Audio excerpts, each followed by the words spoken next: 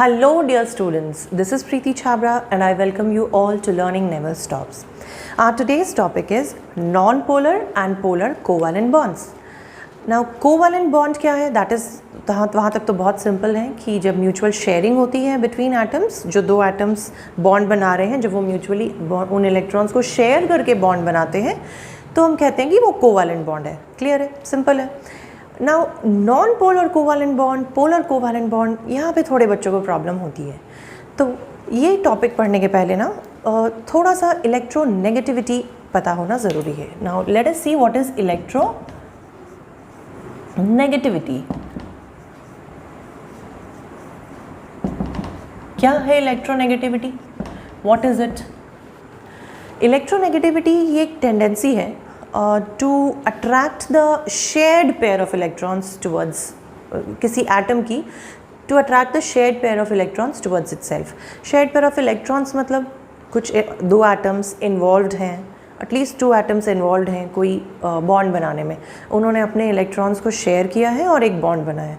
तो उसमें से किसी अगर एक एटम की टेंडेंसी हुई कि वो उस पूरे बॉन्ड को थोड़ा अपनी तरफ अट्रैक्ट कर ले, तो वो होती है उसकी, वो टेंडेंसी है इलेक्ट्रोनेगेटिविटी. ठीक है.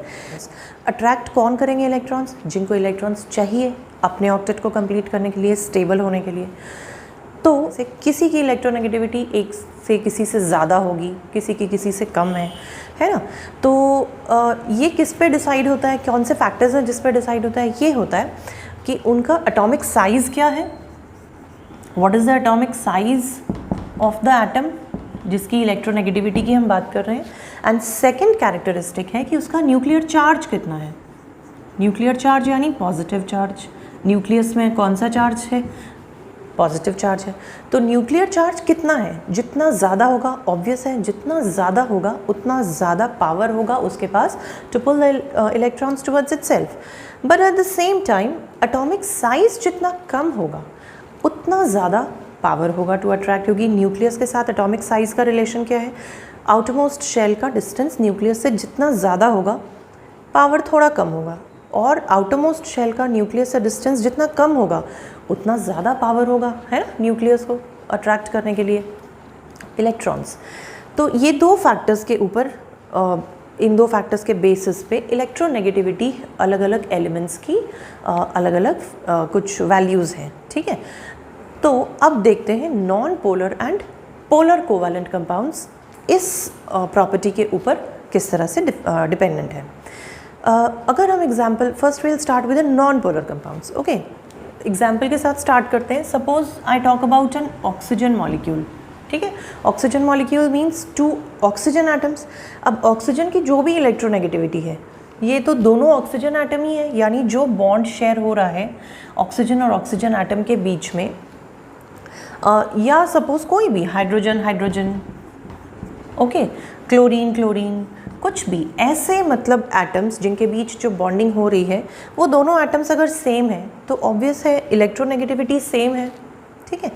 तो ये जो चार्ज, ये जो बॉन्ड बना है ना इन दोनों के बीच में, एटम्स के बीच में, इसका distance from both the atoms, दोनों न्यूक्लियस, दोनों एटम्स के न्यूक्लियस से इसका जो डिस्टेंस है वो दोनों साइड सेम ही होने वाला है. मतलब कोई भी एक ऐसा एटम नहीं है जो इस पूरे बॉन्ड को थोड़ा सा भी अपने तरफ पुल कर सके, क्योंकि इलेक्ट्रोनेगेटिविटी सेम है, बिकॉज ये सेम एटम्स है ना. These are the molecules of element. यहाँ पे दोनों एटम्स सेम है, दोनों का पावर सेम है, दैट इज सेम इलेक्ट्रोनेगेटिविटी है. तो कोई भी इसको अपनी तरफ, इस बॉन्ड को अपनी तरफ पुल करने की टेंडेंसी नहीं रखता. दैट मीन्स ये जो एटम्स, ये जो मॉलिक्यूल्स हैं, ये सिमेट्रिकल है. इनका जो डिस्टेंस है इस बॉन्ड का इन दोनों से, ये सेम है, इनकी इलेक्ट्रोनेगेटिविटी सेम है. इन दैट केस जब दोनों में से किसी का भी कोई चार्ज, हल्का सा भी किसी में भी चार्ज नहीं आ रहा, चार्ज कैसे आता? अगर कोई किसी को पुल करता तो उसके पास थोड़ा ज़्यादा इलेक्ट्रोनेगेटिव चार्ज आता, पर यहाँ पे ऐसा कुछ नहीं हो रहा. ठीक है. तो ये बिल्कुल परफेक्ट एग्जाम्पल्स हैं. परफेक्ट एग्जाम्पल्स किसके हैं? नॉन पोलर कोवैलेंट बॉन्ड्स के. ठीक है. These are non polar covalent bonds. Covalent bonds तो है ही और नॉन पोलर हैं. ठीक है. क्लियर। यहाँ पे कोई आयंस नहीं फॉर्म हो रहे, आयन थोड़े से भी कोई आयन मतलब आयनिक चार्ज डेवलप नहीं हो रहा। क्लियर है। अब ये क्लियर है तो पोलर भी थोड़ा थोड़ा क्लियर हो गया होगा। जस्ट अच्छा एक एग्जांपल्स और देख लेते हैं। यहाँ पे तो हमने सेम एटम्स का देखा, हम देख लेते हैं molecules of compound. For example CH4 और we can say CCl4, methane या कार्बन टेट्राक्लोराइड। इनमें क्या है, इनकी इलेक्ट्रोनेगेटिविटी जैसे हाइड्रोजन की इलेक्ट्रोनेगेटिविटी है 2.1, फाइन, सबकी अलग अलग है। जैसे ऑक्सीजन की 3.5 है, सबकी अपनी अपनी फिक्स्ड है, ठीक है। क्लोरीन की 3 है इलेक्ट्रोनेगेटिविटी, इस तरह से सबकी इलेक्ट्रोनेगेटिविटी फिक्स्ड है। कार्बन की इलेक्ट्रोनेगेटिविटी है 2.5, ठीक है, लाइक दैट। तो सबकी लर्न करने की ज़रूरत नहीं है, वो करते करते प्रैक्टिस हो जाएगी। और किसी किसी की थोड़ा ध्यान रखने की ज़रूरत है, जैसे जो कॉमन बहुत एग्जांपल्स हम यूज़ करते हैं। तो इसमें कार्बन और हाइड्रोजन का यू कैन सी कि डिफरेंस है, थोड़ा है बट है। कार्बन एंड क्लोरीन का थोड़ा सा ज़्यादा डिफरेंस है, बट स्टिल ये इलेक्ट्रोनेगेटिविटी में डिफरेंस होने के बाद भी ये पोलर है, sorry I am very sorry, non polar है। इनमें पोलैरिटी डेवलप नहीं हुई है। रीज़न बीइंग इनका स्ट्रक्चर कुछ ऐसा है कि ये सिमेट्रिकल है। जैसे CCl4 का स्ट्रक्चर कुछ ऐसा है। Carbon it shares 4 of its 4 electrons with 4 atoms of chlorine. Okay, यहाँ पे एक कार्बन एंड ऑल, यहाँ पे ये सिमेट्रिकल है। अगर कार्बन को ये क्लोरीन की इलेक्ट्रोनेगेटिविटी ज़्यादा है, ये इसको पुल करना भी चाहे तो कुछ ऐसी सिमेट्रिकल स्ट्रक्चर है कि इस स्ट्रक्चर की वजह से यहाँ पे कोई भी इलेक्ट्रॉन मतलब एटम ये बॉन्ड को अपनी तरफ पुल नहीं कर सकता, ठीक है, इसके स्ट्रक्चर की सिमेट्री की वजह से। जैसे मीथेन का भी स्ट्रक्चर ऐसा ही है ना, CH4। तो इनकी जो सिमेट्रिकल स्ट्रक्चर है, ये जो स्ट्रक्चर सिमेट्रिकल है, ऐसे स्ट्रक्चर्स सिमेट्रिकल होने की वजह से नॉन पोलर कोवैलेंट बॉन्ड है, ठीक है। Now will see polar covalent bonds. तो नॉन पोलर में शेयर्ड पेयर ऑफ इलेक्ट्रॉन्स का डिस्टेंस अगर सेम है तो पोलर में शेयर्ड पेयर ऑफ इलेक्ट्रॉन्स का डिस्टेंस सेम नहीं है, ठीक है। लेट अस से water, very simple example of a polar covalent bond. Now water का स्ट्रक्चर अगर देखें तो oxygen is sharing it's 2 electrons with it needs 2 electrons to complete its octet, so with 1 with each of the 2 hydrogen atoms. Now ये oxygen, इसका ये electron है, ये hydrogen का इलेक्ट्रॉन है, ये ऑक्सीजन का इलेक्ट्रॉन है, ये हाइड्रोजन का इलेक्ट्रॉन है, ठीक है, ये शेयरिंग हो रही है। नाउ ऑक्सीजन की इलेक्ट्रोनेगेटिविटी कितनी है 3.5, ठीक है, और हाइड्रोजन की इलेक्ट्रोनेगेटिविटी कितनी है 2.1। तो कितना ज़्यादा इलेक्ट्रोनेगेटिविटी में डिफरेंस है ना।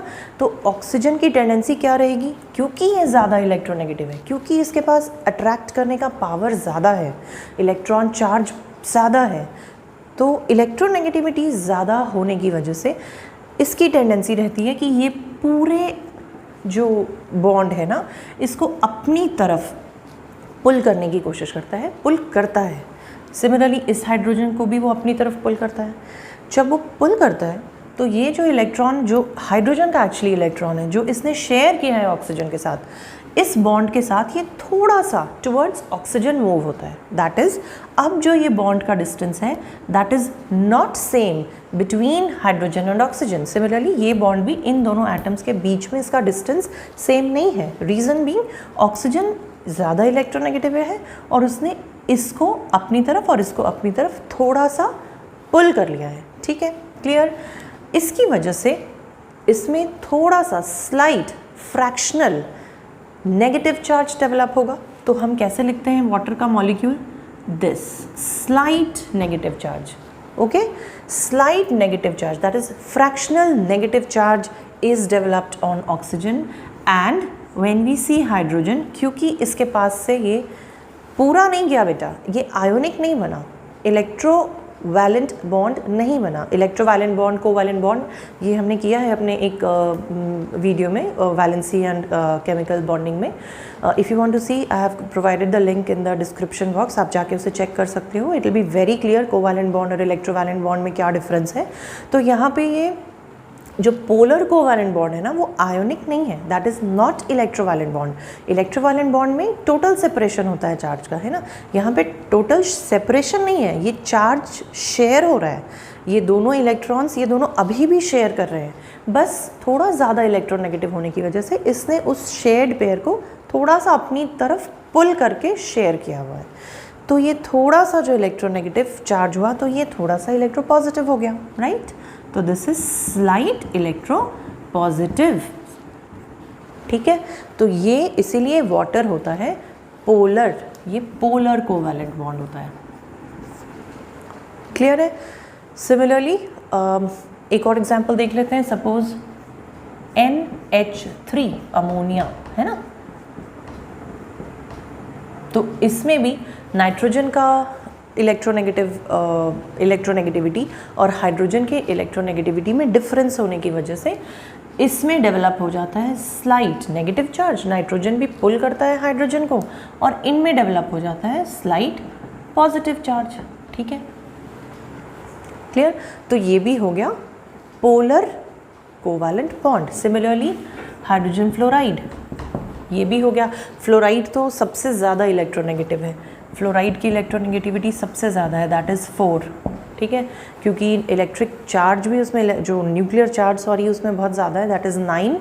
हैलोजन है, फर्स्ट हैलोजन है, और उसका जो एटॉमिक साइज़ है वो बहुत छोटा है ना, तो उसका एटॉमिक साइज़ बहुत छोटे होने की वजह से, एंड न्यूक्लियर चार्ज भी है, दोनों सेटिस्फाई कर रहा है ना उसमें, दोनों जो कैरेक्टरिस्टिक्स जो सेटिस्फाई होने चाहिए इलेक्ट्रोनेगेटिव होने के लिए।